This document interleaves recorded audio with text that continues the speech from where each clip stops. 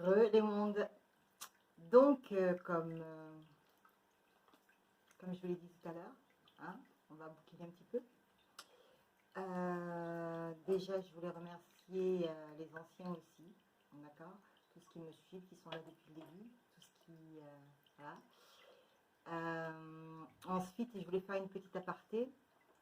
C'est pour montrer les schémas répétitifs, d'accord. Il est clair que ce livre, ne l'oublions pas, a été écrit aussi il y a 10 ans. Donc, avec une connaissance théorique sur Xprime et avec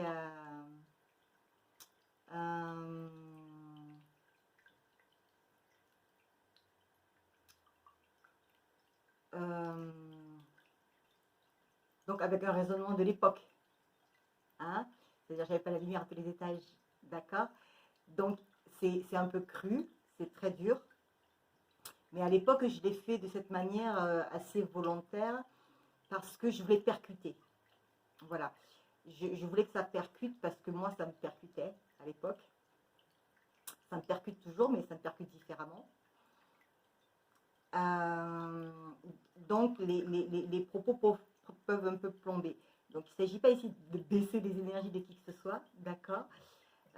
Bon, ça ne devrait pas se faire, normalement, hein, voilà. Et je n'attaque personne. Et à la base aussi, je ne pensais pas exposer ça comme ça ici, hein, d'accord. Mais c'est juste pour mettre les points sur les i, les barres sur les t, hein, et me présenter aussi, voilà, pour ceux qui ne me connaissent pas. Voilà, et expliquer que c'est pas d'aujourd'hui non plus, d'accord. Je suis sur un cheminement qui date depuis longtemps, donc je suis pas tombée, voilà, hein, je suis tombée dedans quand j'étais petite, c'est comme Obélix, mais voilà, hein, je viens pas de tomber dedans, ok. J'ai eu plusieurs stades, comme beaucoup de gens, donc je suis pas toute jeune, donc forcément, j'en ai fait des choses, ok. Donc, pas toujours reluisante, mais bon, c'est comme ça, c'est ma vie, voilà. J'ai pas à rougir, je ne pense pas, hein. Si moi je rougis, je sais pas ce que font les autres. Moi, en tout cas, voilà, j'ai pas à rougir. En l'occurrence, ce que je voulais expliquer, c'est que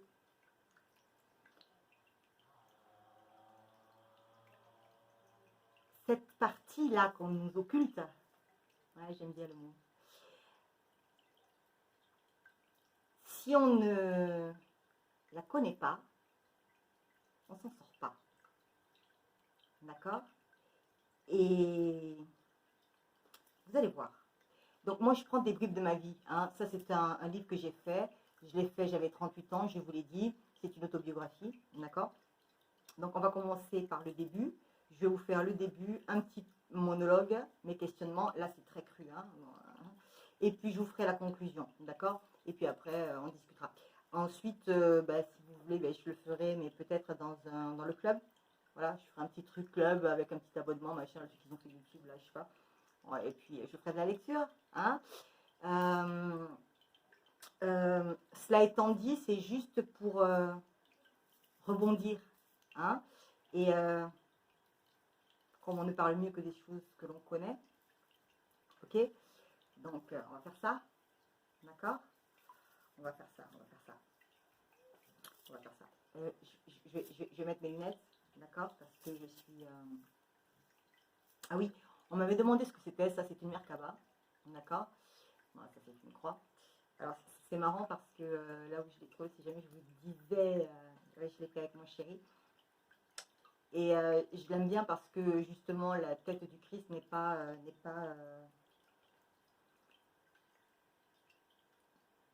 Ouais, c'est une tête, quoi, mais on ne sait pas qui c'est. Voilà, il n'a pas vraiment de visage. Donc j'aime bien. Donc c'est juste la représentation de l'homme sur une croix. Voilà. Donc on ne connaît pas le visage du Christ et là non plus on ne voit pas son visage. Donc j'aime bien. À une époque je cherchais, mais voilà. J'étais partie. Ah, bon, ça, voilà. Et ça c'était une Merkaba, donc en fait c'est aussi pi, hein, 3,33, mais c'est aussi 3,33, donc le chiffre sacré. Donc c'est le pentacle du sceau du roi Salomon, voilà, que Dieu a donné. Roi Salomon, 3,33. Bref, ça représente aussi masculin sacré, féminin sacré. Donc, voilà. qui est en haut et en bas. Enfin, bon, il y a plein de petites symboliques. Et chaque petite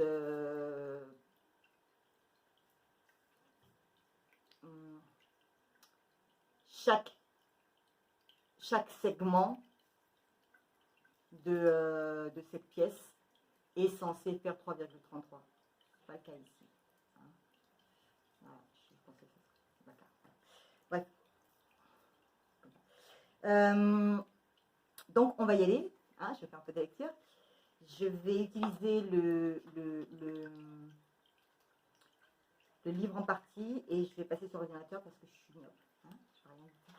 Voilà, je suis vieille. Moi, c'est mieux de dire myope.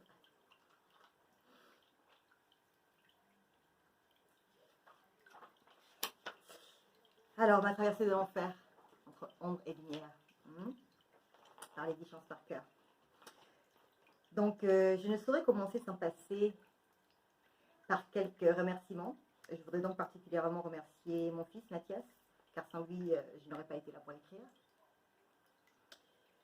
Merci à toi, mon amour, ta douceur, ta patience, ton intégrité indéfectible envers moi. Aurélie, Kaukeb, GG, mes amis, votre soutien m'a été précieux. Oui, je l'ai dit, je l'ai écrit il y a 10 ans, hein, mais ce sont toujours mes amis. Je dédie, bien sûr, ce sont mes amis, mes sœurs même. Je dédie aussi ce livre à toute personne désireuse d'améliorer, d'adoucir notre monde. Merci à tous. Alors, quant à toi, Andy, les événements ne nous ont pas épargnés non plus. Malgré tout, plus que tout autre. Tu as été là de mes premières ébauches à mes derniers mots. Merci de ta confiance presque, hein, mais bon, là, sur ce passage, oui, sur ce bouquin. Merci de ta confiance, merci d'avoir été, de continuer de vouloir être, merci. Même si nos pas, nos chemins se sont éloignés. Enfant, petit coucou. Olivier, maman Thérèse. Nico. Ah. La flamme pour laquelle je m'embrase. Oh là là. Tout de nos vies a sa raison d'être. Hein, n'est-ce pas? Tout ce que j'ai vécu n'a été qu'un entraînement pour vivre cette vie d'amour, ce bonheur qui n'arrête de grandir jour après jour. Avec tout mon amour, je vous aime encore. Chance. Entre ombre et lumière. Prologue. Je ne me rappelle plus à quel moment tout cela a commencé. Mais je dois vous avouer que cela fait longtemps déjà. Mes souvenirs, ces anciens, ressurgissent tout à coup. Ils sont innombrables, invariables, et à la fois si vivaces, comme s'ils surgissaient d'hier. Bien que cela ne soit qu'au travers le prisme de mon regard. Que puis-je vous raconter, moi, une si jeune femme? Aurais-je la prétention de vous dire qu'à mon âge, je puisse vous écrire mon autobiographie? Je répondrai à certains une phrase de Corneille, tirée de son écrit de cible. La valeur n'entend pas le nom des années. À d'autres, je vous dirai, désolé d'avoir vécu une vie si mouvementée, ou tout simplement d'avoir eu cette chance, ou malchance, ou cette malchance et cette chance,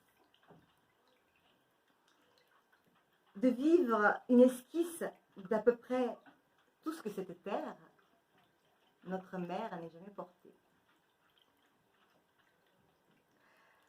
Peu importe donc que vous me croyez ou pas. Mon but n'est pas là. Il se cache sous bien d'autres profondeurs. Hospice. Je souhaite sincèrement que vous ayez plaisir à me lire, autant que j'en ai eu à écrire.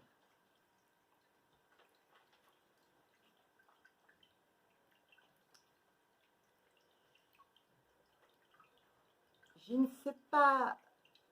Oui, si je vous fais quelques douceurs. Non, je vais passer monologue. Donc, ça c'est l'entrée. Et ça c'est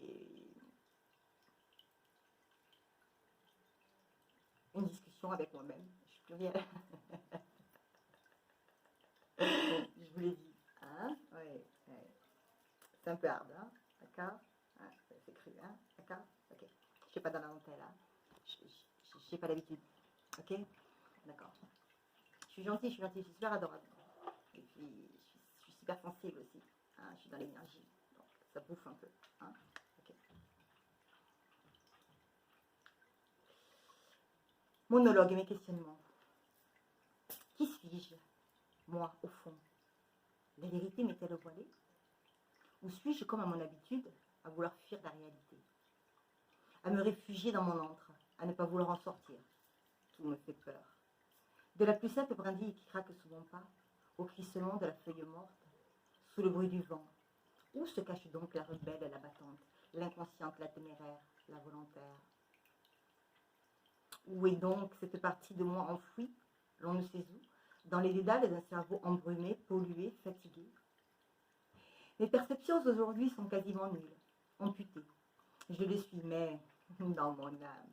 Ah, esprit torturé, que m'as-tu fait? La remontée est toujours ardue, pénible, fragile. Tout bascule très vite dans le vide. Mon père aurait-il donc eu raison? Avait-il percé le secret de nos karmas? J'ai cru maintes fois avoir commis des actes afin de racheter la faute des miens. Mes vertus être dans un chemin aussi droit que possible, rien n'y fait. Les obstacles se dressent invariablement sur mon chemin, se cumulant, s'atassant, fusionnant. Notre vie se résumerait-elle à cela, en fait, pour nous les incompris, les poètes et des sens perdus, de la sensation, perception accrue? Tout pour moi n'est qu'agression, illusion, souffrance, déchirure. Les valeurs morales, l'intégrité dont je fais preuve au jour le jour, face aux miens, aux autres, me renvoie l'inutilité de mes efforts, compromis. Valeurs. Mes repères éducatifs en souffrent, l'indifférence de ce monde me détruit. Je pense, je crois toujours en l'espoir de cette part de bonheur qui m'est réservée par le ciel, moi, cette pieuse au grand cœur. Mais vais-je devoir entrer dans ce moule unilatéral de pensée grégaire? Renier ma foi, renier mon moi, mes valeurs? Devenir cette personne cupide, intéressée, manipulatrice et vicieuse? Me servant de toutes ces armes que la nature a déposées dans le creux de ma main et dont je réprouve l'utilisation pour toucher du doigt un fragment de bonheur? L'indépendance. Comment vivre une relation stable sur la durée? Mais que dire, que penser? Est-ce que si l'on est du mauvais côté, ici, c'est pour la vie? N'y a-t-il pas de place pour les gentils? Toute cette vie n'est qu'une mascarade. Non, je ne dispose même pas de ma propre vie. Je suis encore enchaînée. Je suis une esclave sans ces chaînes. Elles sont là, invisibles, mais elles sont bien réelles, m'empêchant d'avancer, de progresser, d'évoluer à mon rythme avec mes propres besoins. Dois-je rentrer dans ce moule imposé par la société moderne? Dois-je m'y conformer, vivre et suivre l'effet de masse? Non. Paraître ou être? Être ou ne pas être? Telle est la question, disait William Shakespeare.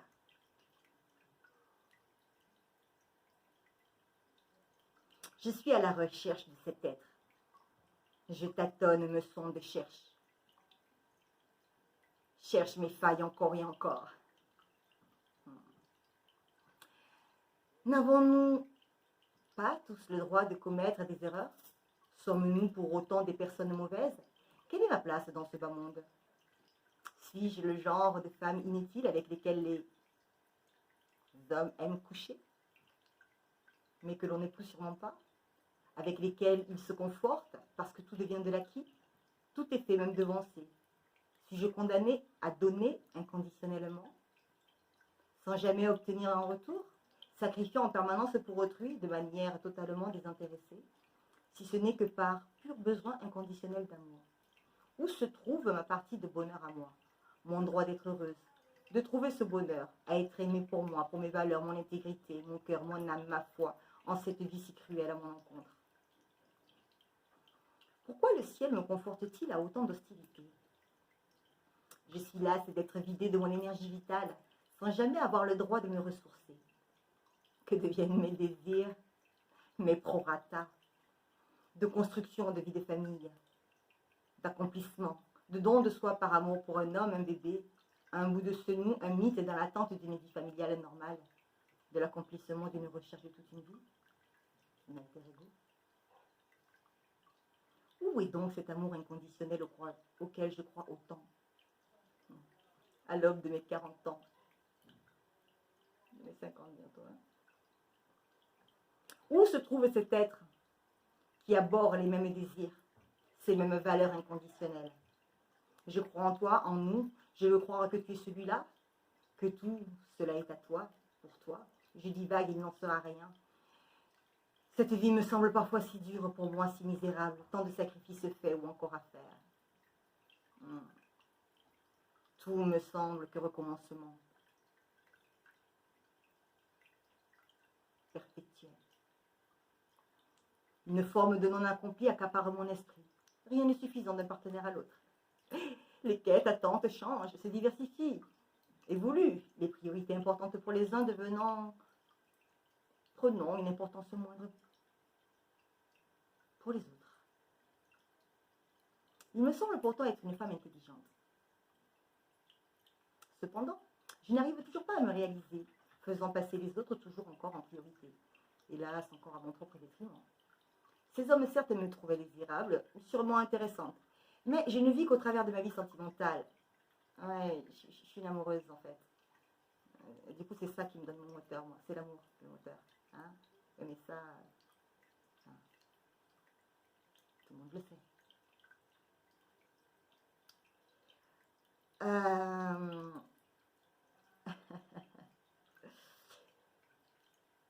J'ai perdu le fil, mais je le vis qu'au travers de ma vie sentimentale. Et je me trouve par là même en échec dans ma vie professionnelle. Oui, professionnel lambda, hein, pas professionnel extreme là. D'accord? C'est pas le même job. Ok? Carrière là, je parle. D'accord? Pas pro-maîtresse de l'autre côté là-bas. Ok.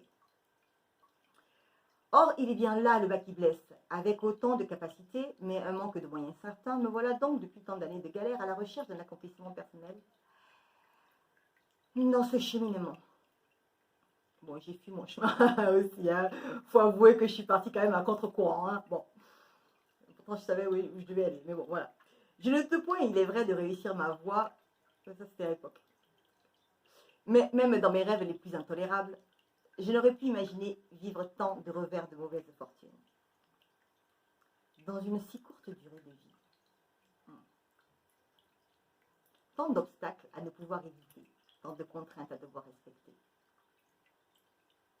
La notion d'homme libre n'est en fait qu'une vaste plaisanterie.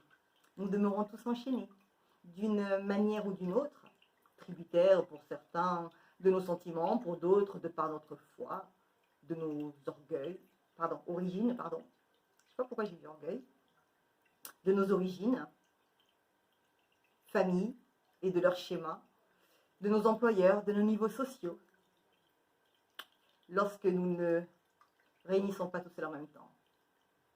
Ouais, j'aurais pu rajouter effectivement toute la partie comportementale aussi. Peut-être que je le ferai. Nos plus gros esclavagistes restent toutefois nos dirigeants élus au suffrage universel.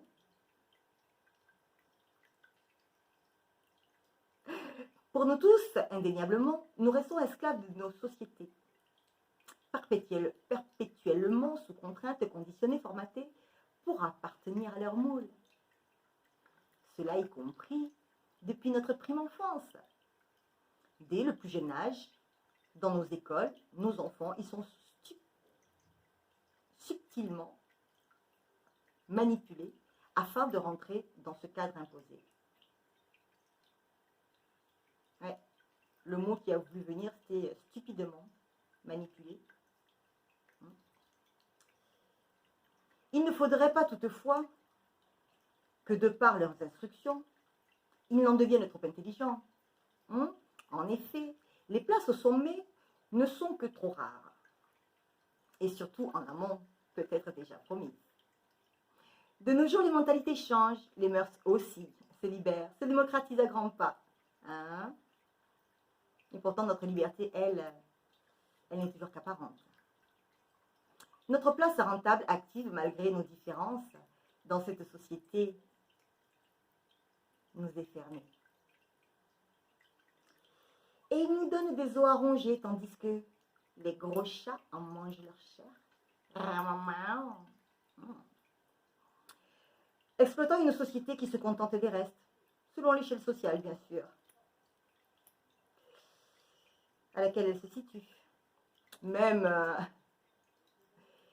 si nous prenons tout cela comme un fait normal.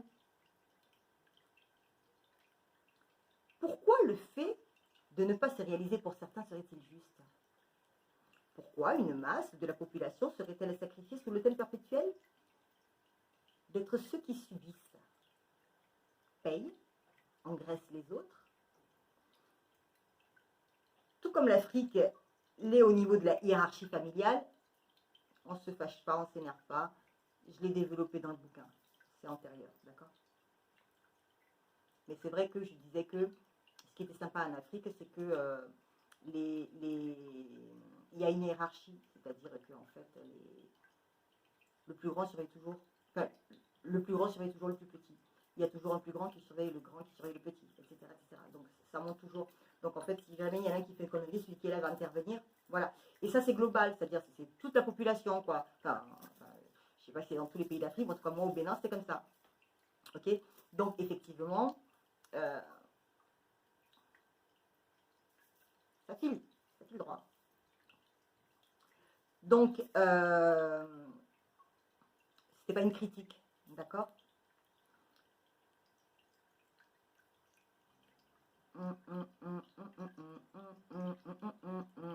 Les hauts niveaux, donc j'ai dit, tout comme l'Afrique, elle est au niveau de la hiérarchie familiale, mais transposée ici au plan socio-politico-culturel, professionnel. Cela encore parce que nous avons été préconditionnés enfants à être avides, cupides, égoïstes, à avoir la meilleure place, le plus grand pouvoir, et le meilleur, balancer, etc., etc. Et ainsi être celui qui arnaque à son échelle le plus petit que lui. Plus petit que lui. Dressé à avoir des dents qui rayent le parquet de la maternelle. Oscar Wilde disait « L'ambition est le dernier refuge du raté ». Nous devrions tous nous en souvenir, y compris pour nos enfants. De nos jours, tour à tour, chacun à son échelle personnelle, comme je le disais précédemment, tire ce qu'il peut obtenir comme avantage et profit au détriment de ceux qui sont en dessous. Plus l'échelle sociale est élevée, plus les avantages peuvent être considérables. Mais que m'importe, diront certains, rien de grave, ce ne sont que des esclaves et des bêtes de somme. Après tout, pourquoi s'en formaliser? Voilés sous d'autres termes, maquillés derrière une autre forme d'asservissement, certes, mais de manière bien plus vicieuse, bien plus sournoise. Nous sommes des animaux domestiques, des chiens de compagnie délimités par des frontières, à qui l'on donne quelques carcasses à ronger de temps en temps, histoire de se laisser convaincre que nous devrions nous en contenter. Soyons donc encore bien heureux d'avoir ces os à rogner, n'est-ce pas? Moi, je ne trouve pas cela juste de ne pas pouvoir,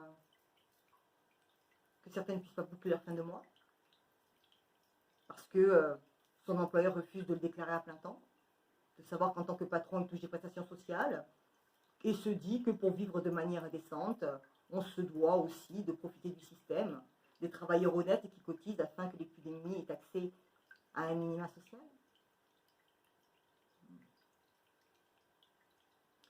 Il prétend qu'il ne peut, soi-disant, pas financièrement déclarer un plein temps, qu'il accumule trop de charges, et que l'on se doit donc de faire comme lui, voler l'État, le peuple, le travailleur cotisant. Pardon.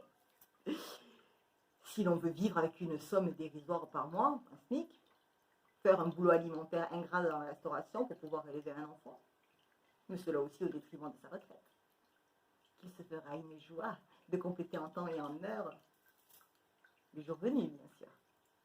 Génial. Implorons le ciel. Alléluia. Attention, ce ciel-là me connaît. Oui, oui. Nous nous fréquentons depuis de nombreuses années. Ouais, nous avons chevauché côte à côte. marcher même dans la main. Mais j'ai aussi refusé d'obtempérer, de croire, d'être humble. Par peur de sanctions divines, je me suis tour à tour soulevée, rebellée, auto-sanctionnée, punie, détruite, avant de fléchir, d'abandonner ma rébellion, de lui demander pardon. Oui, il me connaissait, avec mes hauts, avec mes bas, avec mes caprices, mes points forts, mes faiblesses. Il connaît l'amour que je lui porte, ma droiture, ma foi en lui. L'amour que je lui porte, et depuis le nombre d'années que je lui porte. Pour dire que ça. En fait, j'ai juste courbé les chines face à mon vrai, mon seul, l'unique, l'absolu, mon seul maître, Dieu, la source. Je revois en boucle les messages reçus depuis ma plus tendre enfance à ce jour. Tellement de signes dans un si petit corps, dans une si petite tête. Désolée. Je suis hypersensible. Mais je ne suis pas la seule. Donc il faut savoir aussi qu'on canalise aussi des choses. J'ai écrit ce truc-là en 8 mois. Hein, donc vous imaginez bien que même si c'est mon histoire, il y a beaucoup de canalisation.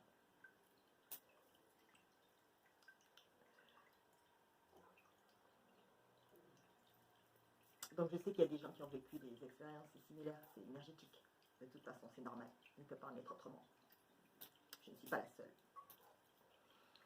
Rien ne pouvait laisser prévoir que tant de pouvoir savoir puis se mettre tour à tour, donner puis enlever. Tout est là. Dans mon inconscient. Mais je ne pouvais en obtenir aucune donnée. Tout était flou, brouillé. J'étais comme une amnésique à la recherche de son propre cerveau, qui, bien sûr, voyait cet autre que moi, dans ses propres souvenirs. Mais elle et autre chose que je n'étais plus, que je ne suis pas. Je le voyais, je le savais. Qui a mis cette épée de Damoclès sur ma tête? Qui avait mis cette épée de Damoclès sur ma tête? Lui ou moi? Dur de ressurgir des ténèbres, de ressusciter d'entre les morts. Toutes ces années de travail pour rien, d'accomplissement, tout est à refaire. Tant de sacrifices pour la paix de mon âme, réduit à néant par quelques années d'autodestruction, de prise sur soi. Le tribut, la dîme, et dur à payer. Et je n'en finis pas de régler mes propres erreurs karmiques, sans compter celles dont j'ai hérité de mes pères, Tant de péchés mortels engendrés par mes actes, mes mains créées à l'encontre de mon propre être. Tant d'actes cruels envers mon corps, mon âme. J'ai navigué toujours entre ces deux mondes. Mon cerveau y accède en permanence. Le rationnel, le mystique, ma foi déteint sur mes comportements quotidiens, sur mes efforts, mes choix.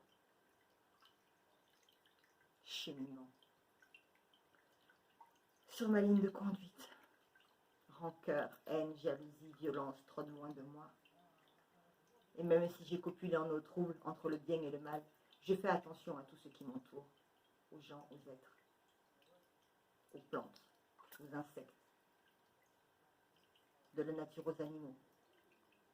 Je ne tournais jamais le doigt à un enfant, à une personne âgée, un sans-abri, en fonction de mes moyens, qu'ils soient matériels, physiques et matériaux spirituels, intellectuels. Une écoute, une oreille, un sourire, un soin, une prière, un partage, un échange, une proposition d'aide, une aide. Oui, chacun à son échelle. N'est-ce pas là le plus important? Les causes à effet? Le civisme, les bases éducatives, le savoir-vivre, doivent-ils être le seul apanage de la foi? Non mais, soyons sérieux. Faut-il être éveillé pour comprendre ça? Je veux dire, je n'étais pas éveillée à l'époque où je l'ai écrit ce truc-là. D'accord? Ça va couper. Je vais faire une pause. D'accord? Et je vous reprends après. Ok.